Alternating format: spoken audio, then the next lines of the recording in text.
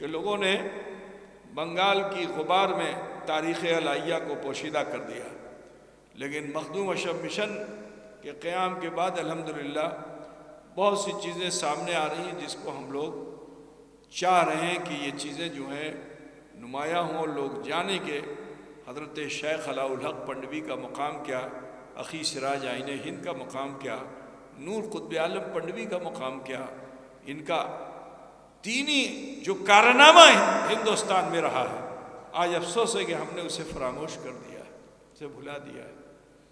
اب مخدوم صاحب کے بارے میں تو یہی ہے کہ جنات ڈرتا ہے، شاعر پڑھے گا کیا؟ جنات ڈرتا ہے، کہاں کے چوچے میں؟ خالی کے چوچے میں جنات ہی ڈرتا ہے بس۔ تو یہ سب جو اس طرح کے خرافاتی اشعار پیش کر کے ان کی شخصیت کو کمزور کیا جاتا ہے۔ کیا ان کا تبحر علمی ہے؟ جب پڑھو گے تو پتہ چلے گا کہ حضرت عبدالحق محدث دہلوی نے مخدوم اشرف کے بارے میں کیا کہا ہے، اور بھی جلیل القدر علماء مشائخ نے مخدوم اشرف کے بارے میں کیا کہا ہے۔ تو یہ صرف دھونی رما کے بیٹھنے والے پیر صاحب نہیں تھے، یہ باکمال عالم دین تھے، رشد و ہدایت کا سرچشمہ تھے، ان کے ذریعے سے اسلام پھیلا ہے۔ آج افسوس ہے کہ ہم نے ایسے بزرگوں کو صرف چادر و گاگر میں چھپا کے رکھ دیا ہے۔ ضرورت ہے کہ ان کی زندگی کی روشنی کو عوام تک پہنچایا جائے۔ وسلم بارک علیہ۔ نحمدہ و نصلی علی رسولہ الکریم، اما بعد، فاعوذ باللہ من الشیطان الرجیم، بسم اللہ الرحمن الرحیم۔ یا ایہا الذین آمنوا اتقوا اللہ وکونوا مع الصادقین۔ صدق اللہ مولانا العظیم وبلغنا رسولہ النبی الأمی الکریم، ونحن علی ذلک لمن الشاہدین والشاکرین والحمد للہ رب العالمین۔ معزز علماء ملت اسلامیہ، مداحان رسول صلی اللہ علیہ وسلم، نقیب جلسہ ذکر مخدوم سمنا و فیضان اولیاء کانفرنس میں شرکت فرمانے والے برادران اسلام، دور و نزدیک سے سماعت فرمانے والی خواتین اسلام، عزیز بچوں، نوجوان ساتھیوں، حصول سعادت و برکت کے لیے عقیدت و خلوص کے ساتھ آئیے ہم اور آپ مل کر اپنے آقا و مولا سید عالم نور مجسم جناب محمد رسول اللہ صلی اللہ تعالی علیہ وآلہ وسلم کی بارگاہ بے کس پناہ میں جھوم کر ہدیہ درود پاک پیش فرما لیں۔ اللہم صلی علی سیدنا و مولانا محمد وعلی آلہ سیدنا و مولانا محمد مبارک وسلم۔ صلاۃ و سلام علیکہ یا رسول اللہ۔ حضرات گرامی، کافی عرصے کے بعد آپ کی اس بستی رسی کل میں آپ کی پرخلوص دعوت پر حاضر ہونے کا موقع میسر ہوا، اور یہ دیکھ کر بےحد خوشی ہوئی کہ جو پودے آپ کے بزرگوں نے اس وقت لگائے تھے، الحمدللہ اب وہ سب جوان ہو گئے ہیں۔ اللہ کا شکر، اس کا احسان ہے، اور مرجھائے ہوئے نہیں ہیں بلکہ ماشاءاللہ سب کھلے ہوئے ہیں۔ اللہ تعالیٰ دینی جذبے کے ساتھ اہل سنت والجماعت پر قائم دائم رہنے کی ہم سب کو توفیق رفیق عطا فرمائے۔ اب یہ بتائیے کہ مجھ سے پہلے جو خطیب تھے وہ بتا کے گئے کہ میں بنگلہ میں بول کے آیا، اور میں ہندی میں بھی بول لیتا ہوں، میں اردو میں بھی بول لیتا ہوں۔ تو میں پوچھنا چاہتا ہوں، آپ لوگ بنگلہ میں سنیں گے کہ ہندی میں سنیں گے کہ اردو میں سنیں گے؟ کس بھاشا میں سنیں گے بتائیے بھائی؟ کتنے لوگ بنگلہ میں سننا پسند کرتے ہیں؟ ہاتھ اٹھا کے بتاؤ نا۔ ہے بنگلہ ہے، ماشاءاللہ بنگلہ سننے والے ہیں۔ আমি বাংলার মাধ্যম বুঝাতে চেষ্টা করব, চিন্তা করবেন না, ঠিক আছে? আমিও বাঙালি, পূর্ণ বাঙালি আছি, তো চিন্তা মত করনা।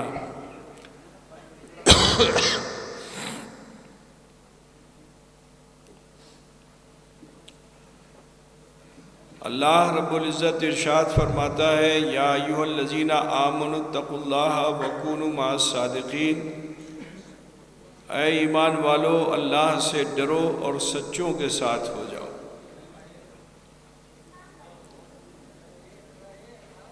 آج دنیا میں ڈرنے والے بہت سے ہیں،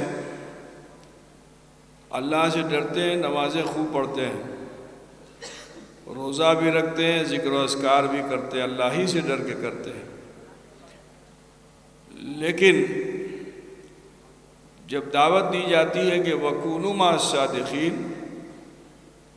تو وہ اس سے تھوڑا ان کو الجھن ہوتی ہے۔ تو دنیا میں کوئی کتنی بھی عبادت کر لے، شیطان لازمی طور پر اس کو دھوکہ دے دے گا، لیکن وہ کامیاب ہوگا کہ جو اللہ کے فرمان کے مطابق اللہ سے ڈر کر کے اللہ کے حکم کو مانے اور سچوں کی صحبت میں رہے۔ تو جب آپ سچوں کے ساتھ ہو جاؤ گے تو شیطان آپ کو دھوکہ نہیں دے سکتا ہے انشاءاللہ تعالی۔ بہرکیف بہت تفصیل میں اور نہ تمہید میں جانا ہے، بس بتانا یہ ہے کہ آپ نے جن کے نام کا یہ جلسہ کیا ہے یہ ایسے بزرگ ہیں کہ ہم سب کے آقا و مولا جناب محمد الرسول اللہ صلی اللہ علیہ وسلم کی بشارت ہے۔ جس وقت رسول کائنات صلی اللہ علیہ وسلم نے مکے میں اعلائے کلمۃ الحق کیا تھا تو کفار و مشرکین آپ کے شدید مخالف ہو گئے تھے اور طرح طرح کی ایذا رسانی کر رہے تھے، اور اللہ کے رسول صلی اللہ علیہ وسلم کے معجزات کا ظہور ہو رہا تھا۔ حضور کے خلق انور کی بنیاد پر اسی مکے کے لوگ مشرف با اسلام ہو رہے تھے، تو مشہور کر دیا کہ تو جو سامنے چلا جاتا ہے وہ مسحور ہو جاتا ہے، نعوذ باللہ من ذالک، یہ جادوگر ہے، نقل کفر کفر نہ باشد۔ تو پھر یمن کا ایک شخص رہنے والا تھا، تو اس نے کہا کہ دیکھیے جادو کا اثر دنیا ہی میں ہوتا ہے، آسمانوں میں جادو کا اثر نہیں ہوتا ہے۔ تو اگر آپ کہتے ہو کہ یہ جادوگر ہیں تو بہت اچھا ہے کہ ان سے چل کے سوال کیا جائے کہ اگر آپ نبی ہیں تو چاند کے 2 ٹکڑے کر دیجئے، تو جادو کا اثر آسمانوں تک نہیں پہنچے گا۔ اب وہ لوگ آئے ابو جہل کی قیادت میں، اور آنے کے بعد کہا کہ اگر آپ نبی ہیں تو چاند کے 2 ٹکڑے کر دیجئے۔ تو اور نبیوں سے جب معجزے مانگے گئے تو اور انبیاء تو اللہ سے پوچھتے ہیں کہ اللہ کیا کروں؟ موسیٰ علیہ السلام جیسے جلیل القدر نبی سے بھی اگر معجزہ طلب کیا جائے تو موسیٰ علیہ السلام ڈائریکٹ معجزہ ظاہر نہیں کرتے، اللہ سے پوچھتے ہیں اللہ کیا کروں؟ تو اللہ فرماتا ہے لاٹھی کو زمین پہ ڈال دو اژدہا بن جاتا ہے، لاٹھی کو چٹان پہ مار دو چشمہ جاری ہو جاتا ہے، لاٹھی کو پانی پر دریائے نیل میں ڈال دو راستہ بن جاتا ہے۔ تو عزیزو، موسیٰ علیہ السلام کے معجزے قرآن میں جو ہیں وہ اللہ سے پوچھ کر کے ہیں، لیکن اللہ تعالیٰ نے ہمارے آقا و مولا جناب محمد الرسول اللہ صلی اللہ علیہ وسلم کو مالک بھی بنا کے رکھا اور مختار بھی بنا کے رکھا۔ اعلیٰ حضرت فاضل بریلوی رحمۃ اللہ علیہ فرماتے ہیں کہ میں تو مالک ہی کہوں گا کہ ہو مالک کے حبیب، یعنی محبوب و محب میں نہیں میرا دل۔ من کان للہ کان اللہ لہ۔ تو مصطفیٰ جان رحمت صلی اللہ علیہ وسلم وہ ہیں کہ جنہیں پوچھنے کی ضرورت نہیں، اجازت لینے کی ضرورت نہیں، جو نبی کہہ دیتے ہیں وہ ہو جاتا ہے۔ تو رسول رحمت صلی اللہ علیہ وسلم نے اللہ سے نہیں عرض کیا کہ اللہ کیا کروں، یہ کفار و مشرکین مجھ سے چاند توڑنے کی بات کرتے ہیں۔ میرے نبی نے اللہ سے یہ نہیں عرض کیا کہ اللہ نے مصطفیٰ کو یہ قدرت دے رکھی ہے کہ چاہیں تو بنا دے، چاہیں تو بگاڑ دے۔ تو اے عزیزو،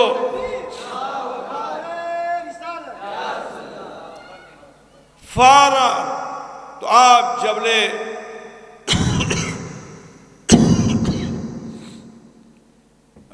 کیا نام ہے اس پہاڑ کا؟ جبل ابی قبیس۔ تو جبل ابی قبیس پر آپ تشریف لے گئے، انگلی کا اشارہ کیا۔ تو قرآن نے بھی اس منظر کو محفوظ کر لیا کہ قرآن یہ کہہ رہا ہے اقتربت الساعة وانشق القمر، کہ وہ گھڑی آ گئی جب چاند دو ٹکڑے ہو گئے۔ چاند سینے کو کرے چاک، شجر چومے قدم، وہ مصطفیٰ ہے۔ عزیزو، آج کئی روز سے میری طبیعت دلیل ہے، بہرحال مجھے اس کا گلہ نہیں ہے، میں اپنی خوش نصیبی پہ ناز کرتا ہوں کہ ممبر رسول پہ آنے کا مجھے موقع ملا۔ اللہ تعالیٰ مجھے بھی ہدایت عطا فرمائے اور آپ سب کو بھی ہدایت عطا فرمائے۔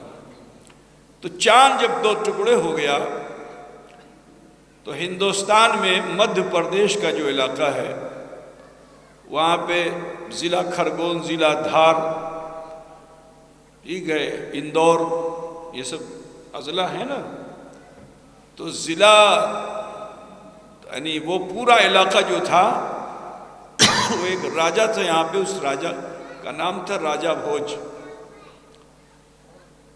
تو وہ راجہ بھوج رات میں بیٹھا ہوا تھا کہ اچانک اس کی نظر پڑی کہ 14ویں کا چاند دو ٹکڑے ہو گیا ہے۔ تو بہت حیرت سے تکتا رہا، حتیٰ کہ اپنی یادداشت پہ زور دیا تو اس کی کتابوں میں یہ لکھا ہوا تھا کہ جو کلکی اوتار ہوں گے، کلکی اوتار جو ہوں گے، آج اس کے لیے سنبل میں جھگڑا کر رہے ہیں لوگ، سیکھے کہا جو کلکی اوتار ہوں گے ان کا عظیم الشان معجزہ یہ ہوگا کہ وہ چاند کے دو ٹکڑے کر دیں گے۔ ان کا نام محمد ہوگا اور ان کی ماں کا نام آمنہ ہوگا، ان کے باپ کا نام عبداللہ ہوگا۔ وہ پنے پلٹنے لگا، آخر کار اس نے گھڑیال جو بجایا تو شہر کے جتنے بھی، اس ملک کے جتنے بھی ذمہ دار لوگ تھے، شکشت ودوان لوگ تھے، وزیر تھے، سب جمع ہو گئے۔ اب سب جمع ہو گئے، سینٹ لگی، پارلیمنٹ میں آ گئے تو راجہ نے دکھایا کہ دیکھو چاند دو ٹکڑے ہو گیا ہے، وہ اوتار تو نازل ہو چکے ہیں، تو لہٰذا ہمیں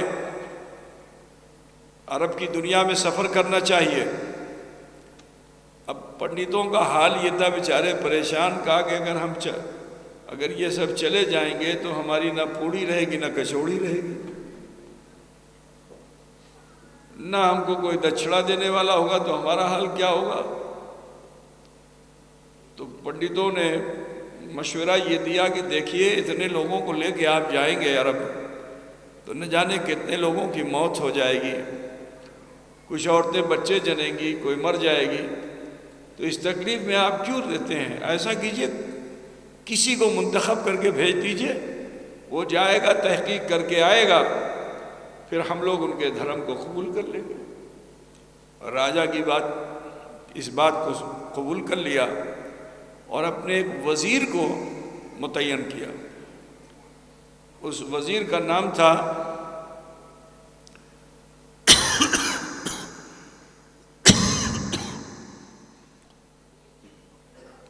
تو وہ وزیر جو تھے اس سے پہلے بھی عرب کا سفر کر چکے تھے وہ، تو انہی کو منتخب کیا۔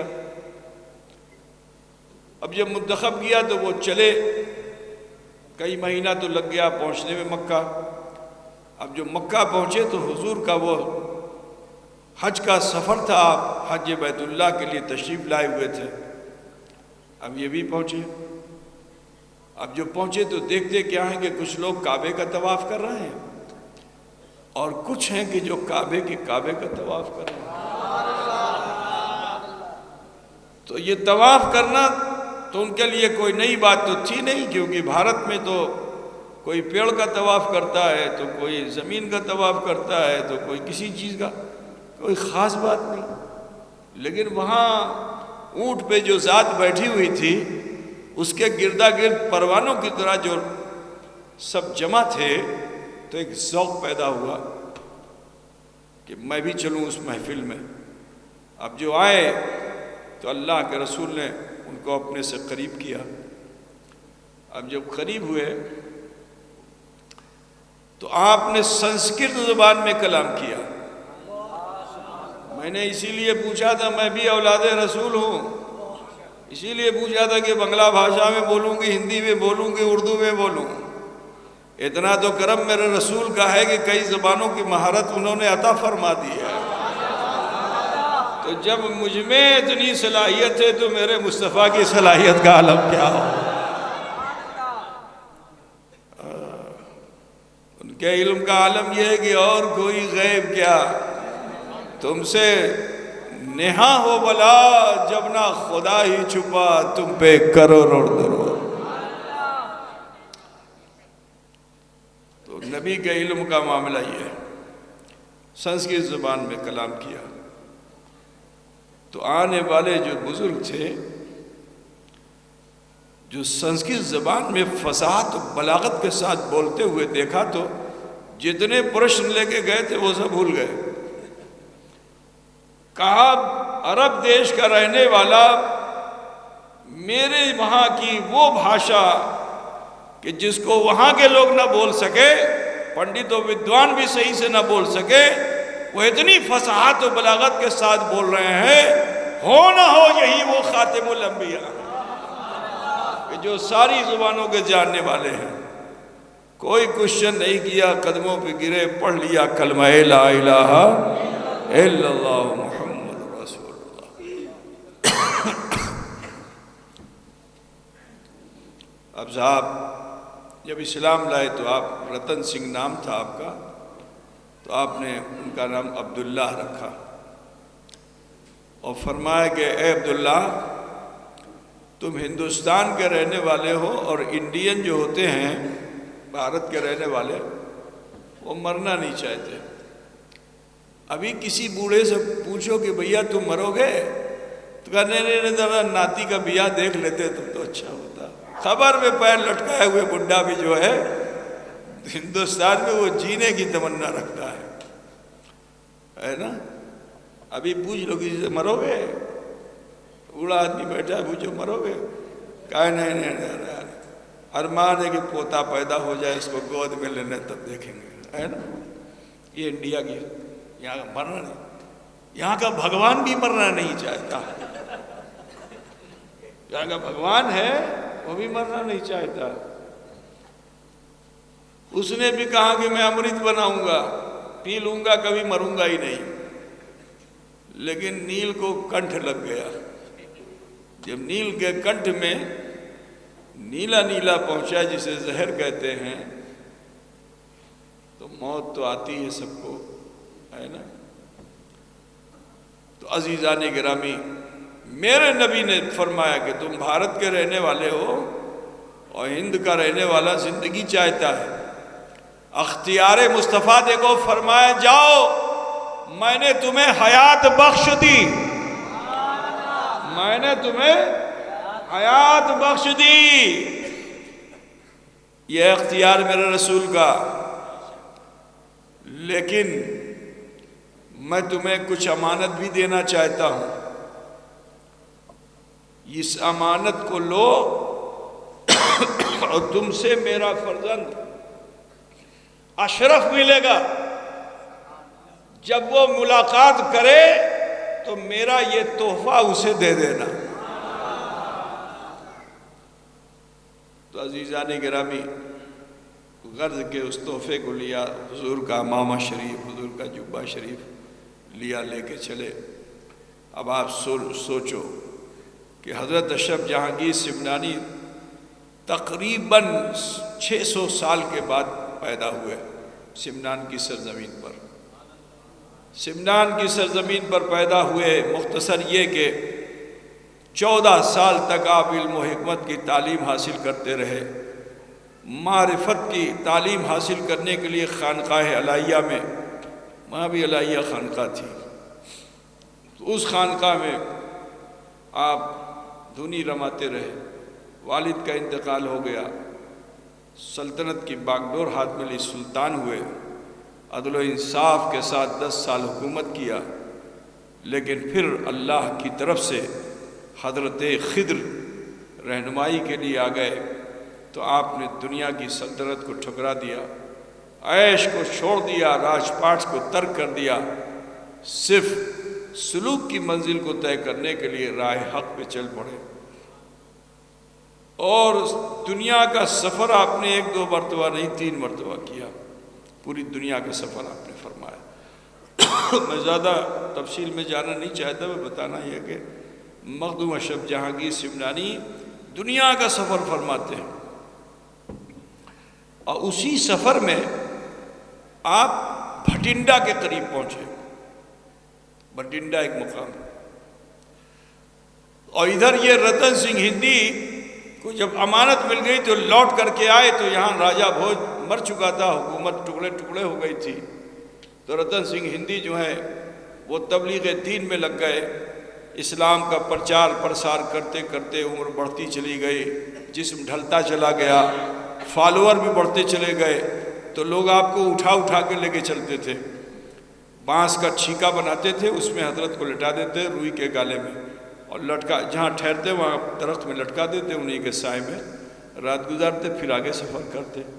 یہ سلسلہ ادھر جاری تھا، ادھر اشرف جہانگیر سمنانی بھی دنیا کا سفر کرتے کرتے جب بھٹنڈا پہنچے تو وہاں دیکھا کہ شکل و صورت سے سب مسلمان ہیں، تو آپ کو بڑی خوشی ہوئی کہ ہندوستان میں آئے ہوئے بہت دن گزر گئے، اتنی بڑی جماعت کبھی مومنوں کی ملی نہیں، تو چلو ملاقات کیا جائے۔ السلام علیکم۔ وعلیکم السلام۔ آپ لوگ کون ہیں؟ کہا الحمدللہ ہم مسلمان ہیں اور تابعی ہیں۔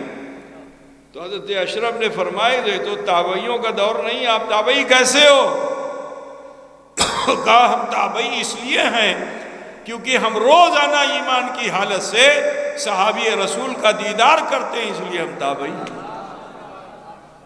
تو کہا کہاں ہیں؟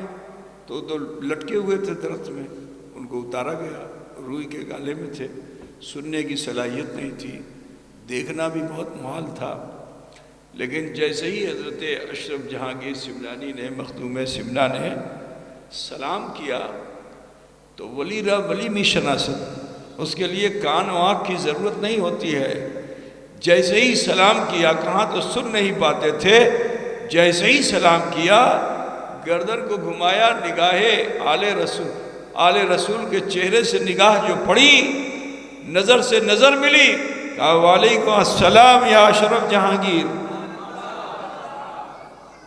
ہاتھ کو پکڑ لیا اور کہا اے شہزادے رسول، اسی تمنا و آرزو میں تو جی رہا تھا کہ آپ سے ملاقات ہو جائے، آج ملاقات ہو گئی، میری معراج ہے، حضور صلی اللہ علیہ وسلم نے آپ کے لیے تحفہ دیا، اسے قبول کیجئے۔ وہ تحفہ دیا، حضرت نے قبول کیا، کہا اسے زیبتن بھی فرما لیجئے، تو حضرت نے امامے کو سر پہ رکھا، جبہ مبارک کو پہن لیا۔ اب جو پہنا تو ایسا لگ رہا تھا کہ جیسے ہم شبیہ رسول کھڑے ہوں۔ اب جو لباس رسول میں آل رسول کو دیکھا تو بے خودی چھا گئی، ہاتھوں پہ ہاتھ دیا اور کہا اے آل رسول، آپ مجھے کلمہ پڑھا دیجئے تاکہ کل میدان محشر جب میں رب العزت کا سامنا کروں تو رسول کو بھی گواہ بناؤں اور آل رسول کو بھی گواہ بناؤں۔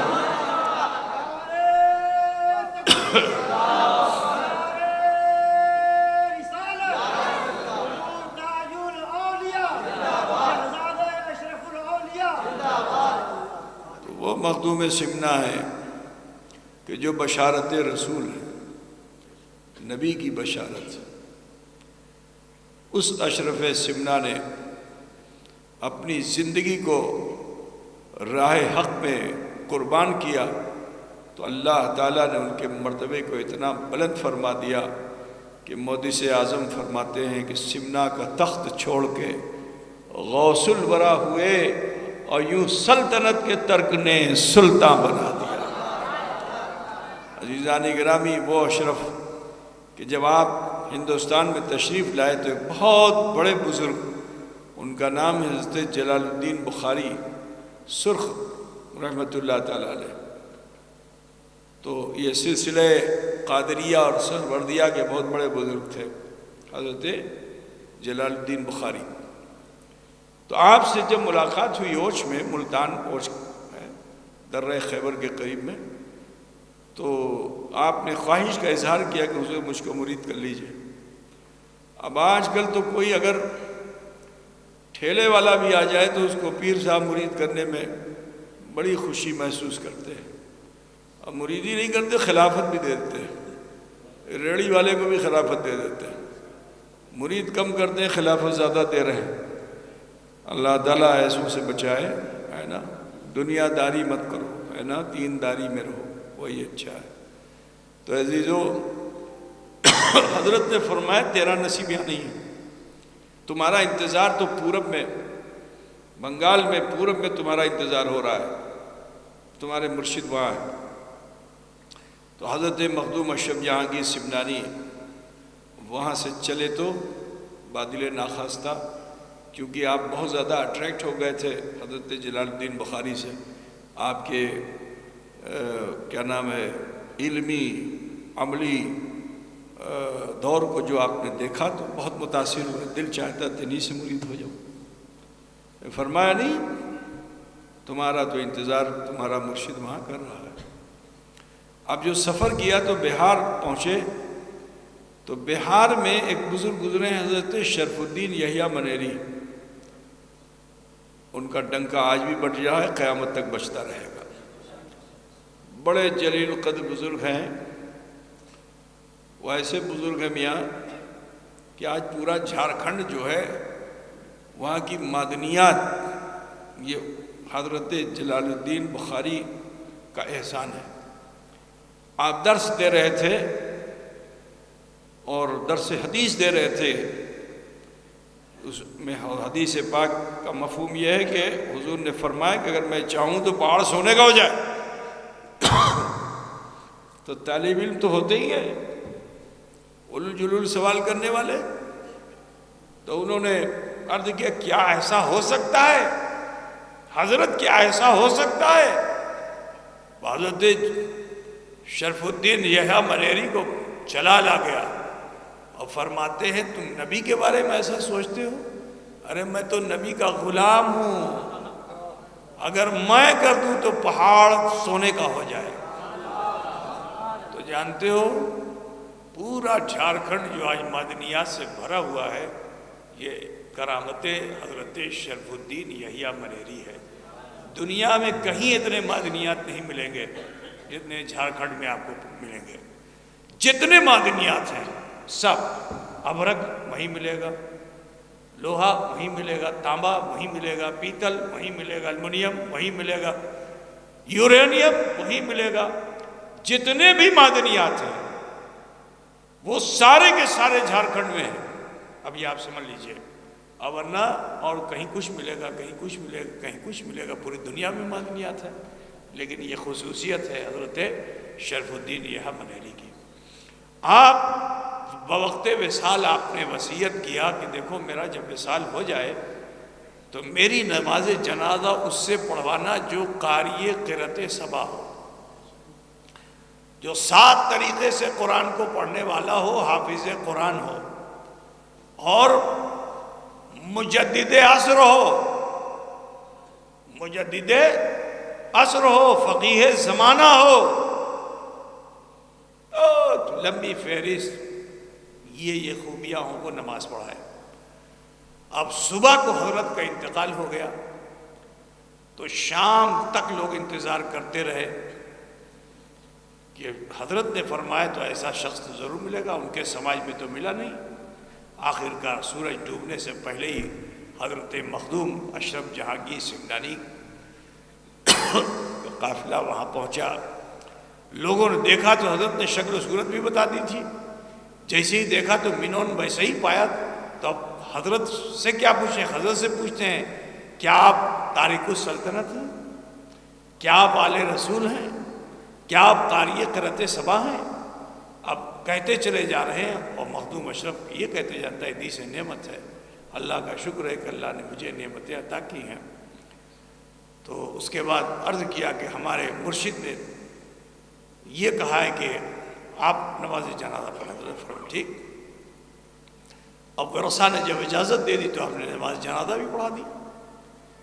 اب نماز جنازہ پڑھا کے جب آپ کی تدفین ہوئی تو قبر سے آپ کا ہاتھ باہر نکل آیا، حضرت شرف الدین یہ ہے منیری کا۔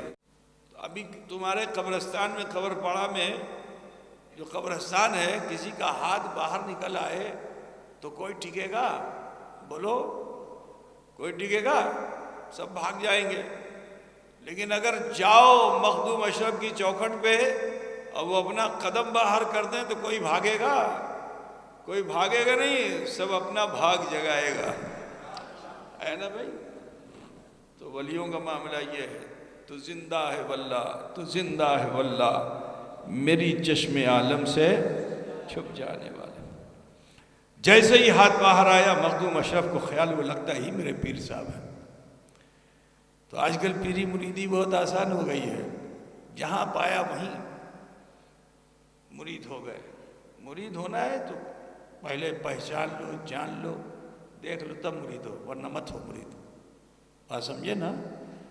خالی شکل و صورت سے متاثر ہو کر مرید مت ہونا، عملی دنیا میں دیکھو کہ وہ کردار و عمل میں کیسا ہے نا؟ اچھا ہے تو ہو جاؤ، اور نہیں اچھا ہے، نہیں سمجھ میں آ رہا ہے تو اس کو برا بھی مت کہو۔ بات سمجھ رہے ہو نا؟ کہ اگر تمہاری سمجھ میں نہیں آ رہا ہے تو اس کو برا بھی مت کہو، جہاں من لگ جائے وہیں دامن تھام لو، کامیاب ہو جاؤ گے۔ ٹھیک ہے بھائی میرے؟ تو سنو، مخدوم پاک کو خیال ہے کہ لگتا ہی میرے پیر صاحب ہیں، لیکن فوراً شریعت نے روکا کہ یہ تو حضرت کا وصال ہو چکا ہے، اور بعد مردت تو بیعت و ارادت ہو نہیں سکتی ہے، حضرت کا تو وصال ہو چکا ہے۔ تو حضرت نے اندر سے آواز دی، کہا اشرف میں نے ہاتھ اس لیے باہر کیا ہے کہ میں نے اپنے بچوں کو وصیت کی تھی کہ میرے پیر کی گدڑی میرے سینے پہ رکھ دینا، اور جناب محمد رسول اللہ کا منہ مبارک میری پیشانی پہ رکھ دینا، اور ناخن پاک کو میری پلکوں پہ رکھ دینا۔ بچے بساط غم میں بھول گئے، اس لیے میں نے ہاتھ باہر کیا ہے۔ حضرت مراقبے سے فارغ ہوئے، بچوں سے پوچھا تو انہوں نے اقرار کیا کہ ہاں حضرت ایسا کہہ گئے، بخشا آیا تبرکات کا، وہ ساری چیزیں قبول کر لیں، اور اس میں عصائے مبارک شرف الدین یہ منیری بھی تھا، جو حضرت نے سارے تبرکات تو قبول کر لیے، اور اپنا عصا مبارک حضرت نے دست خود سے شرف الدین یہ منیری نے دست خود سے اشرف جہانگیر سمنانی کو عطا فرمایا، جس کی زیارت آج بھی کشوچہ مقدسہ میں ہوتی ہے۔ برادران اسلام سماعت فرمائیے آپ کہ اشرف جہانگیر سمنانی کا مقام و مرتبہ سمجھیے، کیسے مرید ہونے سے پہلے کیسا مقام تھا، ابھی مرید نہیں ہوئے، کیسے مقام و مرتبے والے تھے۔ اب جو ادھر بنگال کی طرف آئے تو بنگال میں حضرت شیخ علاء الحق رضی اللہ تعالیٰ عنہ وارضاہ عنہ، جن کے علم کا چرچا صرف ہندوستانی میں نہیں تھا بلکہ عرب دنیا میں بھی ان کے علم کا چرچا تھا، آپ کے تبحر علمی کا عالم یہ تھا کہ ایک ایک وقت میں 700 علماء کے محافے اترتے تھے۔ اب آپ ذرا خیال کیجئے، دور دور سے لوگ آتے تھے اپنے مسائل کا حل حاصل کرنے کے لیے حضرت شیخ علاء الحق کی بارگاہ میں۔ اتنے جلیل القدر عالم دین تھے آپ۔ آج افسوس ہے کہ لوگوں نے بنگال کی غبار میں تاریخ الہیہ کو پوشیدہ کر دیا، لیکن مخدوم اشرف مشن کہ قیام کے بعد الحمدللہ بہت سی چیزیں سامنے آ رہی ہیں جس کو ہم لوگ چاہ رہے ہیں کہ یہ چیزیں جو ہیں نمایاں ہوں، لوگ جانیں کہ حضرت شیخ علاء الحق پنڈوی کا مقام کیا، اخی سراج آئین ہند کا مقام کیا، نور قطب عالم پنڈوی کا مقام کیا، ان کا دینی جو کارنامہ ہندوستان میں رہا ہے، آج افسوس ہے کہ ہم نے اسے فراموش کر دیا ہے، اسے بھلا دیا ہے۔ اب مخدوم صاحب کے بارے میں تو یہی ہے کہ جنات ڈرتا ہے، شاعر پڑھے گا کیا؟ جنات ڈرتا ہے، کہاں کے چوچے میں؟ خالی کے چوچے میں جنات ہی ڈرتا ہے بس۔ تو یہ سب جو اس طرح کے خرافاتی اشعار پیش کر کے ان کی شخصیت کو کمزور کیا جاتا ہے۔ کیا ان کا تبحر علمی ہے؟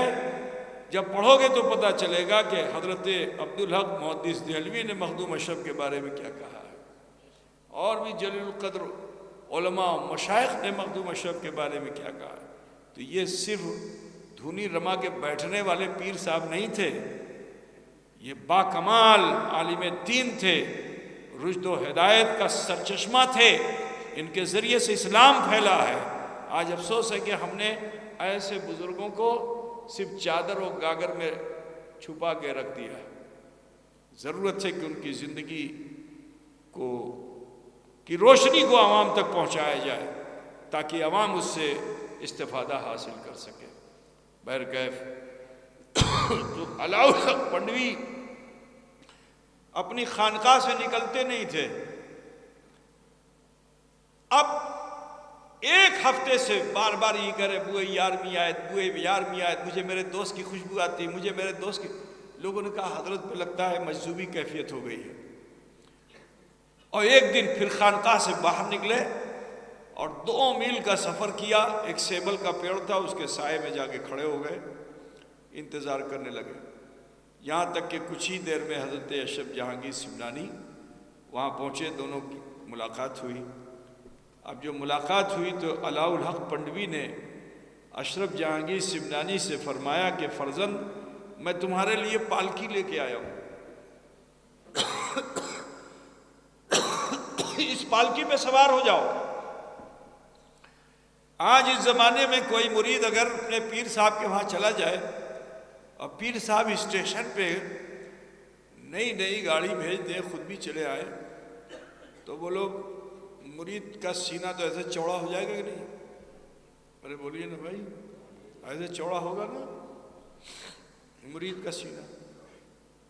اچھا اگر بیٹھال کر کے گاڑی میں لاوے نئی اور لا کر کے مہمان خانے میں بیٹھال دے اور اس کے بعد گھر میں چلا جائے، ایک دن پورا ملاقات نہ کرے، نہ پانی آئے نہ کھانا آئے، تو بولو جس کا سینہ چوڑا ہوا تھا وہ اپنے پیر کی شان بنائے بیان کرے گا؟ بولیے بھائی، وہ تو جلال میں آ جائے گا کہ اب ایسے پیر کو چھوڑتا ہوں، دوسرے پیر کو پکڑوں گا۔ بات سمجھ رہے ہو نا؟ یہ پیری مریدی کھیل کھلواڑ نہیں ہے کہ جہاں چاہا ادھر چلے گئے، جہاں چاہا ادھر چلے گئے، اس کو سمجھتے رہیے۔ حضرت اشرف جہانگیر سمنانی کی زندگی سے روشنی لیجئے۔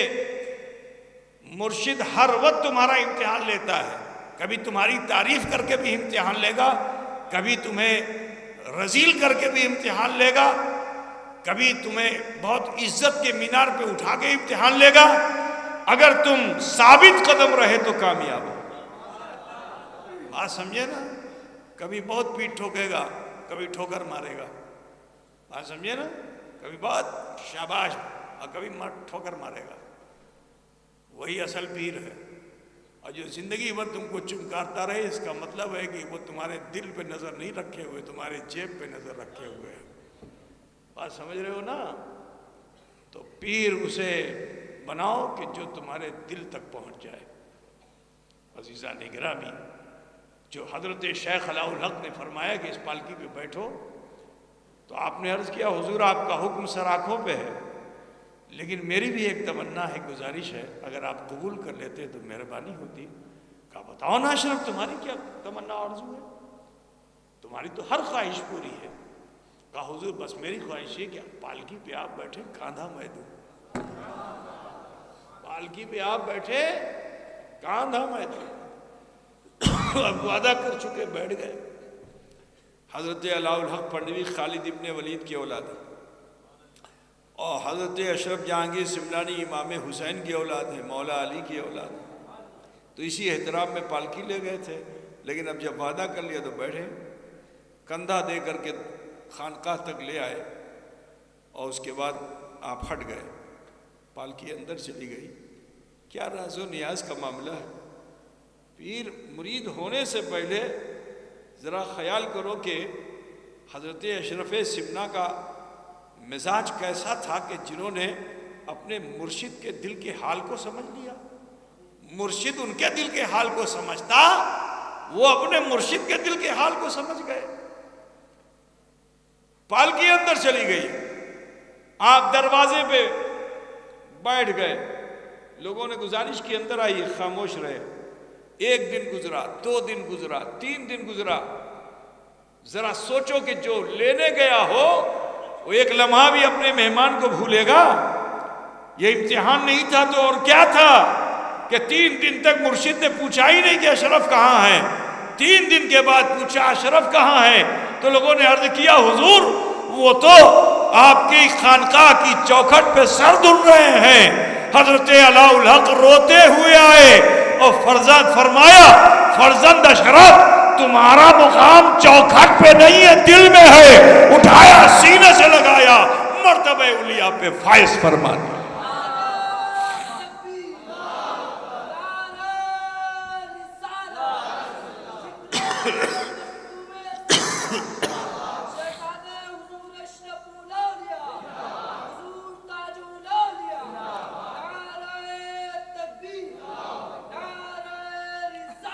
اور پھر 12 سال مجاہدہ کیا، ریاضت کی۔ اور جانتے ہو سید ہونے کے ناطے حضرت اپنے بیٹے سے تو خدمت لیتے تھے، مخدوم صاحب سے نہیں لیتے تھے۔ اپنے شہزادے حضرت نور قطب عالم، بڑا مقام ہے آپ کا، اور کوئی مہمان آیا اس کو دست آ گیا، دست سمجھتے ہیں نا، پتلا پیخانہ، ڈیسنٹری ہو گئی اس کو۔ اب وہ پیخانہ کر کے بھاگ گیا بستر پہ۔ حضرت علاء الحق پنڈوی کو پتہ چلا تو ذرا دیکھو کیسی عاجزی ان کے ساری ہے کہ حضرت نور قطب عالم پنڈوی سے جو آپ کے شہزادے ہیں، جانشین ہیں، ان سے آپ نے اس کی صفائی کرائی۔ کیوں؟ تاکہ میرے بیٹے کا نفس مردہ ہو جائے۔ ذرا خیال کرو کہ جو اپنے بیٹے سے ایسا کام لیتا ہو تو اپنے مرید سے کیسا کام لیتا ہوگا؟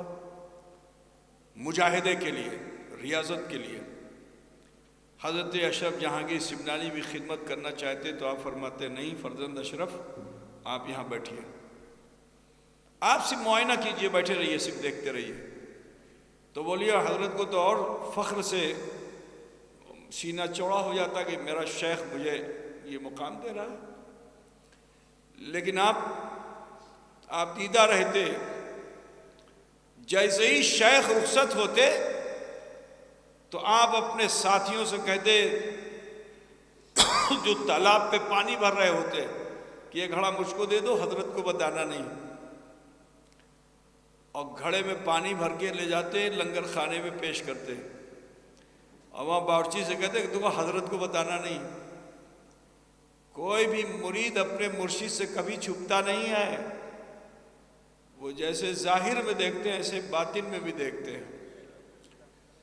حضرت اشرف سمنا جنگل میں جاتے، لکڑہارا لکڑیاں کاٹتا، اس کو اجرت دیتے، وہ کہتے ہیں کہ یہ کلاڑی مجھے دے دو، اور جا کے حضرت سے کہنا نہیں، اپنے ہاتھوں سے لکڑی پھاڑتے، کندھے پہ رکھتے، اور اسے لا کر کے باورچی خانے میں پیش کر دیتے، اور فرماتے دیکھو حضرت سے کہنا نہیں، مرشد سے کچھ چھپتا ہے۔ یہ عمل آپ ایک زمانے تک کرتے رہے تو ایک دن آپ نے بلایا، کہا فرزند اشرف تم کامل و اکمل ہو چکے ہو، ان قریب تمہیں مقام غوثیت پر فائز کیا جائے گا، لیکن جب مقام غوثیت پہ تمہیں فائز کیا جائے تو میرے فرزند نور کو فراموش نہ کرنا۔ تو عزیزان گرامی، حضرت مخدوم اشرف کو مقام غوثیت پہ فائز کیا گیا۔ کہاں؟ سید محمد گیسو دراز بندہ نواز، جو گلبرگہ شریف میں جن کا مزار ہے، وہاں آپ مقام غوثیت پہ 14 شعبان المعظم کو فائز ہوئے۔ فوراً ہی آپ نے اپنے مرشد کے حکم پر دعا کی حضرت نور کے لیے، تو وہاں وہ غوث العالم ہوئے اور یہاں یہ قطب عالم ہوئے۔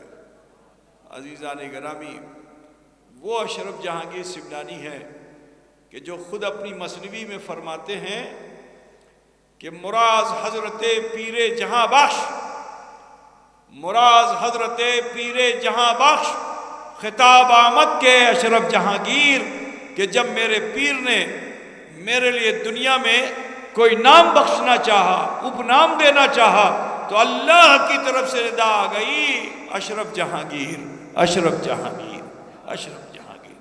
تو اللہ تعالیٰ نے فضل فرمایا، اور پھر حضرت مخدوم سلطان سید اشرف جہانگیر سمنانی کو علاء الحق بنڈوی نے ایک چراغ دیا۔ آج جس چراغ کے فائدے پوری دنیا لے رہی ہے، یہ حضرت شیخ علاء الحق کا دیا ہوا چراغ تھا۔ یہ بنگالی چراغ، جی یہ چراغ لے کے چلے مخدوم اشرف، اور آپ کے مرشد نے فرمایا تھا وہیں ٹھہرنا جہاں سے میرا روضہ نظر آ جائے۔ آخرکار وہ مقام جسے کچوچھے مقدسہ کہتے ہیں، آپ وہاں پہنچے۔ وہ مقام جہاں حضرت کا مزار پر انوار ہے، جب آپ نے وہاں چراغ روشن کیا تو اس کی روشنی میں بنڈوا نظر آیا، خانقاہ علیہ نظر آئی۔ آپ نے پھر اسی مقام کو اپنی آخری آرام گاہ بنایا۔ برادران ملت اسلامیہ، وہ مخدوم سلطان سید اشرف جہانگیر سمنانی ہیں جن کو اللہ تعالیٰ نے بڑی تاثیر عطا فرمائی۔ اگر آپ اجازت دیں تو میں ایک واقعے کی طرف لے چلوں کہ اللہ تعالیٰ نے حضرت اشرف کو کیا مقام عطا فرمایا تھا۔ دیکھو، اللہ والوں کو کچھ لوگ آزمانے کے چکر میں بھی ہوتے ہیں۔ تو ایسے ہی جب مخدوم اشرف کا شہرہ بہت ہو گیا تو ایک قوم ہوتی ہے مسخروں کی قوم، جو بھانڈ جس کو ہم لوگوں کے وہاں کہتے ہیں، وہ آپ کو گالی بھی دیں گے تو آپ ہنسیں گے، ایسا ان کے ہنر ایسا ہے ان کا، بھانڈ جس کو کہتے ہیں۔ تو نوجوان بھانڈوں نے یہ طے کیا کہ ایک چارپائی پہ لیٹ جاؤ، ہم لوگ اٹھا کے لے چلیں گے، دیکھتے ہیں کیسے ولی ہیں۔ حضرت سے کہیں گے نماز جنازہ پڑھاؤ، جب حضرت نماز جنازہ پڑھائیں گے تم اٹھ کے بیٹھ جانا، تو ہم لوگ مذاق اڑائیں گے۔ تو حضرت مخدوم سلطان سید اشرف جہانگیر سمنانی رضی اللہ تعالیٰ عنہ کے پاس وہ سب لے کے آئے اور عرض کیا کہ حضور، ہمارا دوست مر گیا، یہ بڑا نصیب والا کہ آپ موجود ہیں، نماز جنازہ پڑھا دیجیے۔ تو حضرت نے فرمایا زندے کی پڑھاؤں گے مردے کی؟ تو بحث کرنے لگا کہ مردے ہی کی نماز تو پڑھائی جاتی ہے، زندگی کہاں پڑھائی جاتی ہے؟ تو حضرت نے فرمایا پھر سے سوچ لو، زندگی پڑھاؤں یا مردے کی؟ لیکن وہ تو اپنی تکرار میں لگے ہوئے تھے۔ تو حضرت نے فرمایا اچھا ٹھیک ہے، تم مردہ کہتے ہو تو مردہ ہی صحیح۔ غرض کہ آپ کھڑے ہوئے، آپ نے تکبیر تحریمہ کہی، ثنا پڑھی، درود پڑھا، دعا پڑھی، مگر نہیں اٹھا۔ اب جب سلام پھیرا تو وہ دوڑ کر آئے، نوجوان چادر کو اٹھائے، کہا اٹھ، زندگی ہو جب تو اٹھے۔ یہ سب کے سب بھاگے جنگل میں کہیں، شور آبادی تک پہنچ گیا، حتیٰ کہ اس کی ماں تک خبر پہنچ گئی۔ ماں بہت روتی رہی۔ آخر اس نے پوچھا کہ میرے بیٹے کو ہوا کیا؟ ابھی تھوڑی دیر پہلے تو مجھ سے مل کے گیا، بالکل ٹھیک تھا، کیسے مر گیا؟ تو وہاں بتانے والوں نے بتایا کہ تیرے بیٹے نے ایک اللہ کے ولی کی بارگاہ میں گستاخی کی اور ان کی نگاہ عتاب کے اثر سے تیرا بیٹا مر گیا۔ جتنا سنا تو اس نے آنسو کو پوچھ لیا، کہا جس کے نگاہ عتاب سے میرا بیٹا مر سکتا ہے تو اگر میں اسے منا لوں گی تو اس کی نگاہ کرم سے میرا بیٹا جی بھی سکتا ہے۔ تو لوگوں نے سمجھا کہ یہ پاگل ہو گئی ہے، دیوانی ہو گئی ہے۔ وہ لاٹھی ٹیکتی ٹیکتی اشرف جہانگیر کی بارگاہ میں آئی اور عرض کیا یا میر پوت دے۔ یہ جملہ جو ہے لطائف شرفی میں مذکور ہے، اس کا جملہ یا میر پوت دے۔ اب کیا انداز تھا اس کا، کس طرح منایا کہ حضرت اشرف جہانگیر سمنانی نے اپنی زندگی کا جائزہ لیا۔ آپ کی زندگی 110 سال کی تھی، آپ نے اللہ سے 10 سال اپنی زندگی سے اس کی طرف لوٹا دیے۔ اب جب لوٹ گیا تو آنکھیں کھولی، فرمایا کہ اے بوڑھی ماں پریشان مت ہو، میں نے رب کو راضی کر لیا ہے، اللہ نے میری زندگی کے 10 سال اسے دے دیے ہیں، اب جا کے اس سے کہہ کے اشرف بلاتے ہیں۔ اب وہ بڑھیا گئی، جانے کے بعد کہتی پڑا سوتا ہے تجھے اشرف بلاتے ہیں، کہنا تھا کہ اٹھ کرو۔ نوجوان بیٹھ گیا اور قدم اشرف پہ آ کے نثار ہو گیا۔ غرض کہ خوشی خوشی یہ بوڑھی ماں اپنے بچے کو لے کے گھر گئی۔ 10 سال تک اس نے شادی نہیں کیا، اور 10 سال کے جس دن پورے ہونے والے تھے اسی دن اس نے شادی کیا اپنے بیٹے کی۔ جب بہو آئی تو اس نے جا کے اپنی بہو سے کہا کہ دیکھے بہو، ہر ساس اپنی بہو کو کچھ نہ کچھ تحفہ دیتی ہے، سوغات دیتی ہے، دعائیں دیتی ہے، لیکن آج میں جو تجھ سے کہنے جا رہی ہوں سن کر تو حیرت زدہ ہوگی۔ تو وہ دلہن جو حیا اور لاج لجہ میں اپنی نگاہیں جھکائے ہوئی تھی، پلکوں کو اٹھایا، غور سے بوڑھی عورت کو دیکھنے لگی، کہا اے بیٹی سن، تیرا شوہر صبح کو مر جائے گا۔ اب بتاؤ نئی نویلی دلہن کو، جس نے اپنے شوہر کا منہ بھی نہ دیکھا ہو، اور اس کو کوئی یہ کہے کہ اس کا شوہر صبح کو مر جائے گا، بولو اس کو جلال آئے گا کہ نہیں آئے گا؟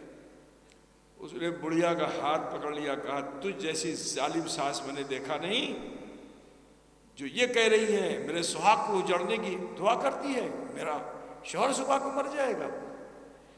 تو اس نے مسکرا کے کہا کہ بیٹی تیرا رشتہ تو ابھی ابھی ہوا ہے، ابھی تو اس کی بیوی بنی ہے، ابھی تو نے شوہر کا منہ بھی نہیں دیکھا ہے،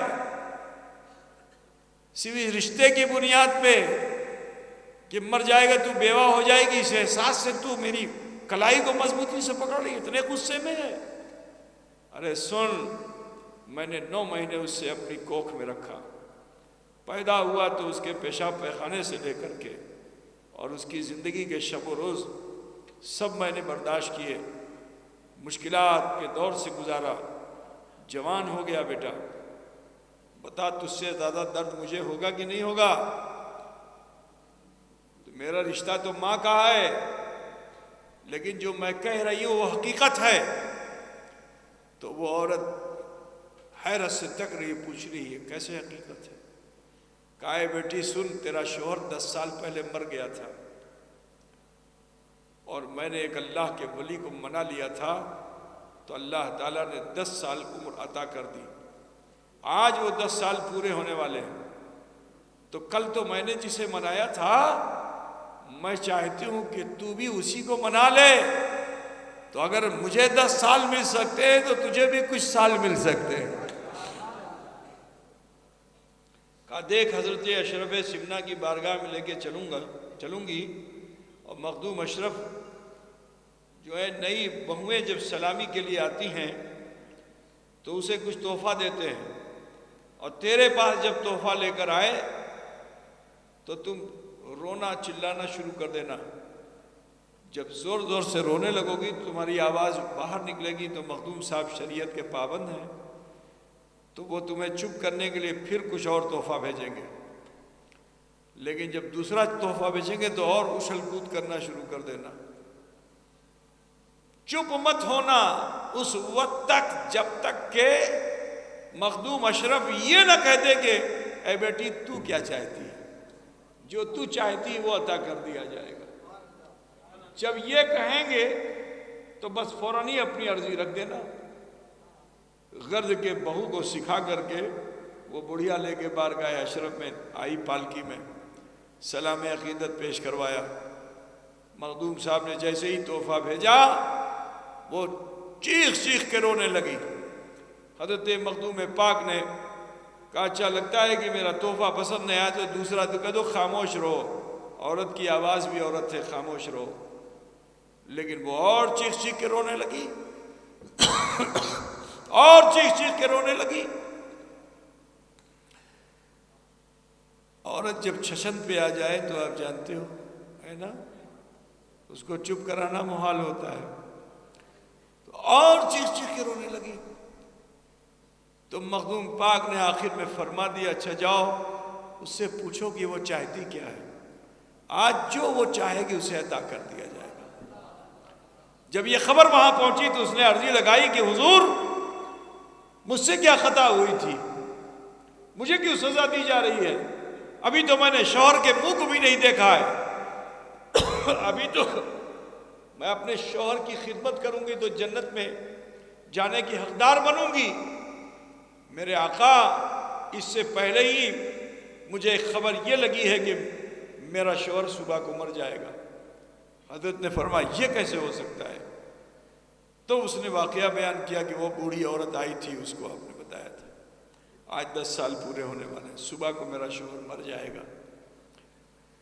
تو حضرت مخدوم اشرف جہانگیر سمنانی مسکراتے ہیں اور فرمایا کہ بیٹی جا، جب تک تو نہ کہے گی تیرا شوہر نہ مرے گا، جب تک تو نہ کہے گی تیرا شوہر نہ مرے گا۔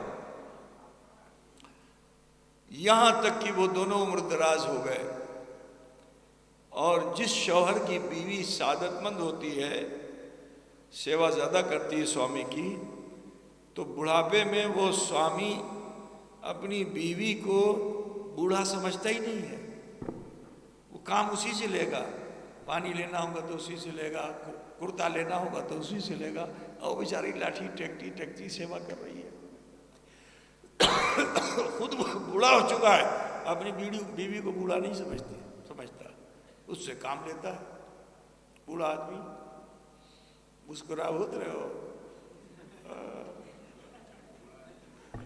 بہرحال سنو کہ بھائی بند کر دیں۔ تو اب دونوں ضعیف ہو چکے، گرمی کا زمانہ تھا، سو رہے تھے، اچانک بوڑھے کی آنکھ کھلی، پانی پاس ہی میں تھا، چاہتا تو اٹھ کے چلا جاتا اپنے سے پی لیتا، لیکن عادت تو وہی تھی کہ بیوی کے ہاتھ سے ہی لینا ہے۔ تو بستر پہ لیٹے ہی لیٹے آواز لگائی ہے بیوی پیاس لگی ہے پانی لاؤ، بیوی پیاس لگی ہے پانی، وہ بھی گہری نیند میں سو رہی تھی۔ 2-4 آواز لگانے پہ اٹھ گئی، اور اٹھ کر کے گئی، لاٹھی ٹیکتی ہوئی گھڑے کے پاس پانی نکالا اور لا کر کے شوہر کو دے دیا، اس نے پانی پیا، پھر سو گیا۔ تھوڑی دیر کے بعد پھر اس کو پیاس لگی، آنکھ کھلی تو بیوی کو پھر آواز لگائی، اے بیوی پانی دو پیاسا ہوں۔ اب دوسری مرتبہ تو بیوی اٹھی تو مگر جھنجھلائی ہوئی اٹھی، مگر سعادت مند بیوی تھی، اٹھ کر گئی، جا کر کے پانی نکالا، شوہر کو دیا، اس نے پیا، پھر سو گیا۔ لیکن اس سکرات کی کیفیت ہی کچھ عجب ہوتی ہے۔ پھر آنکھ کھلی، پیاس لگی، آواز لگائی بیوی پانی دے، بیوی پانی دے، 2 مرتبہ دے چکی تھی۔ اب تیسری مرتبہ جو جگایا تو غصے میں آ گئی، اور جب عورت غصے میں آ جاتی تو 2 ہی کام کرتی ہے، یا اپنے کو مار ڈالتی ہے، سامنے والے کو مار ڈالتی ہے نا۔ تو وہ بڑھیا اٹھی اور جا کر کے پانی لے کے آئی اور لا کے دیا، کہا لو پیو، ارے مر کیوں نہیں جاتے؟ اتنا جیسے ہی کہا پانی کیا پیتا ہو تو لڑک گیا، بات سمجھے نا۔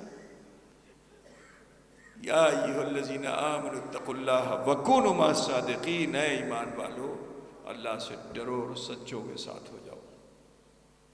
حضور مخدوم سلطان سید اشرف جہانگیر سمنانی والسامانی رضی اللہ تعالیٰ عنہ وارضاہ عنا بہت مشکل سے کسی کو مرید کرتے تھے، جب تک اسے چھان بین نہیں لیتے تھے اس کو مرید نہیں کرتے۔ ساتھ ساتھ رکھتے تھے، تربیت دیتے تھے، اصلاح کرتے تھے، تمرید کرتے تھے. لیکن جانتے ہو بوقت وصال آپ 40 دن کے لیے اپنی قبر انور میں خود گئے، اپنی قبر خود سے کھدوائی، خود اس میں گئے، 40 دن کا چلہ کیا آپ نے اس قبر میں. 2 کتاب بھی لکھی، بشارت المریدین اور رسالہ قبریہ، 2 کتاب بھی لکھی. اور اس کے بعد قبر میں عاطف غیبی نے ندا دی کہ اے اشرف، میں نے تمہارے دامن سے جو لوگ وابستہ ہو گئے ہیں ان کی تقدیر پر میں نے عفو و کرم کا قلم چلا دیا ہے. سمجھ رہے ہیں نا؟ تو جب یہ ندا آ گئی غیب سے تو آپ 10 محرم الحرام کو نکلے اور عام اعلان کر دیا کہ جو چاہے وہ میرے دامن سے وابستہ ہو جائے. تو اس زمانے میں 1.5 لاکھ لوگوں نے کچوچے مقدسہ میں دست اقدس اشرف پر بیعت حاصل کی، اور اس میں بڑے بڑے جلیل القدر علماء، سلاطین، فقراء، مساکین سبھی تھے. عزیزان گرامی، حتیٰ کہ 28 محرم الحرام کو حضرت سعدی علیہ الرحمہ کا ایک شعر جو سما میں پڑھا جا رہا تھا، اور اس کا ایک مصرع تھا جس کی تکرار آپ نے کرایا کہ یار خنداں بود بجانب یار، یار خنداں بود بجانب یار. اسی کی تکرار جو کرائی کہ ایک دوست دوسرے دوست سے مسکراتا ہوا ملنے جا رہا ہے، اور بس اسی پر کیفیت جو طاری ہوئی. تو 28 محرم الحرام کو بوقت عصر حضرت مخدوم سلطان سید اشرف جہانگیر سمنانی نے اپنی جان کو جان آفریں کے کر دیا. اللہ تبارک و تعالی حضرت کے مرقد انور پر رحمت و نور کی بارش فرمائے، اور رب العالمین نے بارگاہ اشرف کو ایسا فیض رسیدہ بنا دیا کہ آج اپنے کیا بیگانے بھی آ کر وہاں سے فیض یاب ہوتے ہیں. تو لہٰذا آپ تمامی حضرات سے کہنا یہی ہے کہ ایسے اللہ والوں کی زندگی کو ضرور جانیے، ان کی زندگی کے جو مجاہدات ہیں، ریاضات ہیں، اس کو جانیے، اور پھر اسے اپنے معمولات زندگی میں شامل کیجیے. انشاءاللہ تعالیٰ پھر آپ کی زندگی میں انقلاب آئے گا. صرف کرامتیں سن کر خوش مت ہو جائیے، ان کے مجاہدوں پر بھی نظر ڈالیے، اور اس سے کچھ روشنی لے کر اپنی زندگی میں کچھ مجاہدہ اور ریاضت کیجیے، تاکہ اللہ تعالیٰ آپ کی زندگی میں بھی انقلاب لائے. تو ان بزرگوں کا معمول یہ رہا ہے کہ خود بھی استغفار کرتے تھے اور دوسروں کو بھی اس کی دعوت دیتے تھے. آج آپ اس پروگرام میں شریک ہیں، بہت اچھا ہوگا کہ ان بزرگوں کی تعلیمات کا کچھ اثر لے کے یہاں سے جائیں. تو بزرگوں کے وہاں 2 تعلیم بہت عام ہے، ایک مراقبہ، ایک محاسبہ. خدا کو بھول کر خطا کی طرف آمادہ ہونے والے بندو، خدا کو یاد کرو، اللہ تم سے بہت قریب ہے. اسی کا نام مراقبہ ہے. اور اپنے اعمال بد کو چھپانے والے انسانوں، اپنی خطاؤں غلطیوں کو کتنا چھپاؤ گے؟ جسے تم چھپا رہے ہو وہ رب العالمین دیکھ رہا ہے. تو جو دیکھنے والا رب العالمین ہے اسی کی بارگاہ میں اپنے جرم و خطا کو پیش کر کے اسی دنیا میں معافی مانگ لو، کیونکہ مرنے کے بعد پھر کوئی بیٹا تمہیں بخشوا نہیں سکتا. چاہے روزانہ تمہاری قبر پر 1000 مرتبہ قرآن شریف پڑھوائے، لیکن تم نہیں بخشے جاؤ گے اگر اعمال تمہارے صحیح نہیں ہیں. تو اپنے اعمال کی اصلاح دنیا میں خود کر لو. بیٹا اولاد جو کچھ بھی کرے گا یہ تھوڑی دیر کا فائدہ ہے، بات سمجھے نا. لیکن تم اپنی زندگی میں اپنے اعمال کی اصلاح کر لو گے تو اللہ تعالیٰ تم پر ایسی رحمت نازل کرے گا کہ قبر میں فرشتہ تم سے کہے گا نم کا نومت العروس، سو جاؤ ایسے کہ جیسے دلہن سوتی ہے. اور جب اٹھو گے تو اللہ تعالیٰ اوروں کو تو ادھر ادھر مارا مارا پھرنے کا موقع دے گا، لیکن تم اگر اچھے عمل کر لو گے تو مصطفیٰ صلی اللہ علیہ وسلم کی آواز پر شامیان رحمت میں تمہیں جگہ مل جائے گی. تو اگر چاہتے ہو کہ کل میدان محشر رسول اللہ کے شامیانے میں جمع ہونا نصیب ہو تو پھر اپنے اعمال کی اصلاح کر ڈالیے گا۔ آئیے ہم اور آپ دیکھیں کہ ہماری زندگی میں کہاں خطا و بھول ہو گئی۔ اگر کوئی خطا بھول گناہ نظر آ جائے تو اسے رب العالمین کی بارگاہ میں پیش کر دیجئے، اپنے ہاتھوں کو ناف پہ باندھ لیجئے، ماں بہن بیٹیاں سینے پہ ہاتھ باندھ لیں اور تھوڑی دیر کے لیے دھیان لگائیے، سوچئے کہ اللہ مجھے دیکھ رہا ہے، اور پھر غور کیجئے کہ میرے بچپن میں مجھ سے کیا بھول ہو گئی، میری جوانی میں مجھ سے کیا بھول ہو گئی، میرے بڑھاپے میں کیا مجھ سے بھول ہو گئی، اب تک کی زندگی میں نے کیا خطا کر ڈالی۔ اگر کوئی خطا بھول نظر آ جائے تو اسے اکٹھا کر کے ارحم الراحمین کی بارگاہ میں پیش کر دیجئے۔ انشاءاللہ تعالیٰ پروردگار ہمارے آپ سب کے چھوٹے بڑے گناہوں کو ضرور بھی ضرور معاف فرمائے گا۔ بسم اللہ الرحمن الرحیم۔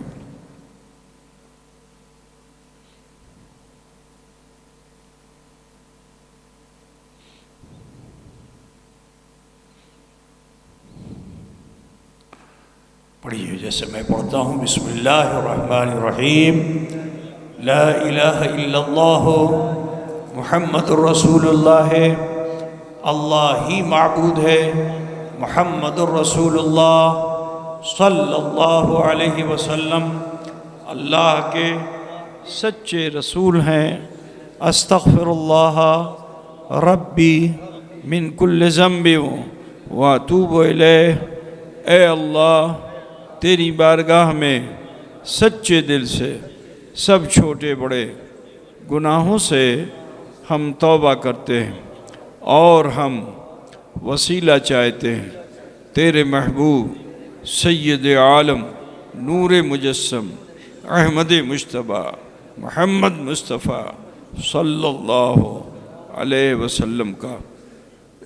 یہ مختصر سبق ہمیں آپ کو ملا جس میں ہم نے کلمہ شریف پڑھا اور استغفار کیا۔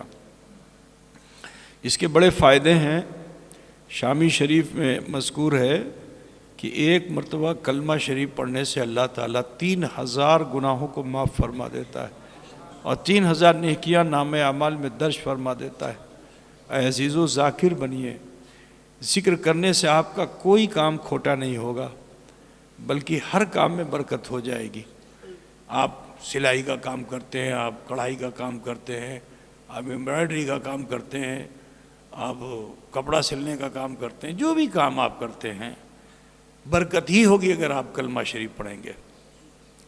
اس کا فائدہ یہ ہوگا کہ جو دل بے چین ہے دولت پا کے بھی اب دل بے چین نہیں ہوگا، کیونکہ فرمان ہے الا بذکر اللہ تطمئن القلوب، ہوشیار ہو جاؤ اللہ ہی کے ذکر سے قلوب کو اطمینان حاصل ہوتا ہے۔ آج مسلمان غافل ہے، کلمہ شریف نہیں پڑھ رہا ہے۔ دیکھو کتنا جے شریف فلاں جے شریف فلاں ہو رہا ہے نا، تو وہ اپنے بھگوانوں کو، اپنے خداؤں کو، باطل خداؤں کو خوب یاد کر رہے ہیں، لیکن ہم اور آپ حق پہ ہو کر کے بھی اپنے رب کو یاد کرنے میں غافل ہیں۔ یہی وجہ ہے کہ آج آپ پہ مظالم ڈھائے جا رہے ہیں، آپ کا گھر گرایا جا رہا ہے، آپ کی زمینیں چھینی جا رہی ہیں، آپ کا کھیت کھلیان لیا جا رہا ہے، مسجد، درگاہیں، موقوفہ جائیدادیں سب پہ ان کی نظر پڑ چکی ہے۔ اس لیے کیونکہ ہمارے اعمال کمزور ہو گئے، ہم ٹکڑے ٹکڑے ہو چکے ہیں، اپنی مرضی کے کام کر رہے ہیں۔ اسی لیے آج ہم ہندوستان میں رذیل و ذلیل ہیں، ورنہ ہمارا یہاں 1400 سال کی تاریخ میں کبھی ایسا نہیں ہوا جو اب ہو رہا ہے، کبھی نہیں ہوا۔ جب مسلمان بہت کم تھے، بہت کمزور بھی تھے، پھر بھی ایسا نہیں ہوا۔ لیکن آج کیوں ایسا ہو رہا ہے؟ اس لیے کیونکہ ہمارے اعمال درست نہیں ہیں۔ تو اپنے کو صحیح کیجئے، خوف خدا پیدا کیجئے، ذاکر بنیے، ذکر اللہ کی کثرت کیجئے۔ اس میں بہت پاور ہے، اس میں بڑی شکتی ہے، اس میں بڑی قوت ہے۔ سارے ہتھیار ایک طرف ہیں، ذکر اللہ ایک طرف ہے۔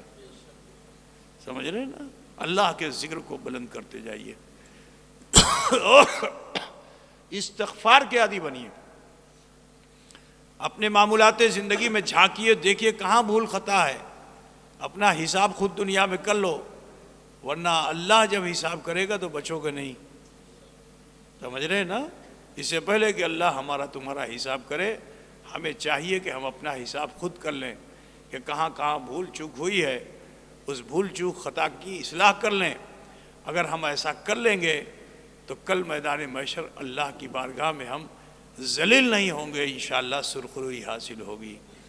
تو میں آپ سے پوچھنا چاہتا ہوں کہ ابھی آپ نے 1-2 منٹ کا جو عمل کیا مراقبے محاسبے کا، اس میں آپ لوگوں کو کوئی بوجھ لگا؟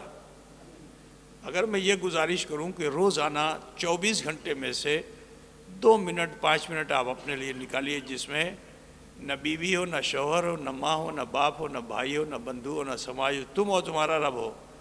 اب یہ موقع چاہے تمہارے بستر پہ ملے، چاہے تمہاری دکان پہ ملے، چاہے کھیت کھلیان میں ملے، جہاں بھی یہ موقع ملے 2-5 منٹ کا 24 گھنٹے میں آپ نکال کر کے ایک مرتبہ ایسے ہی بیٹھ جائیے، مراقبہ کر لیجئے، سوچیے اللہ مجھے دیکھ رہا ہے، اور فوراً ہی سوچیے کہ آج 24 گھنٹے میں نے کوئی بھول تو نہیں کیا. اگر کوئی بھول اور خطا ہوئی ہے تو اسے اکٹھا کر کے اللہ کے حضور پیش کر دیجئے، اس کے عادی بن جائیے. اگر آپ اس کے عادی بن جائیں گے تو انشاءاللہ مرو گے تو خطا لے کے نہیں مرو گے، انشاءاللہ توبہ نصوحہ آپ کو ضرور حاصل ہو جائے گی. تو اگر یہ چیز آپ کو پسند ہے تو میں آپ سے پوچھنا چاہتا ہوں کہ اس عمل کو کرنے میں 2 منٹ دینا کتنے لوگوں کو اچھا لگے گا؟ ماشاءاللہ ماشاءاللہ. اللہ ہدایت کی توفیق عطا فرمائے. عزیزان گرامی، اپنے اپنے طور پر اگر یہ کام آپ دکھاوے کے لیے نہیں، اپنے اپنے طور پہ کرنا ہے. بیوی کو بھی نہیں پتہ چلنا چاہیے، شوہر کو بھی نہیں پتہ چلنا چاہیے، باپ کو بھی نہیں پتہ چلنا چاہیے. یہ عمل صرف تمہارا ہے، تم جانو، تمہارا رب جانے.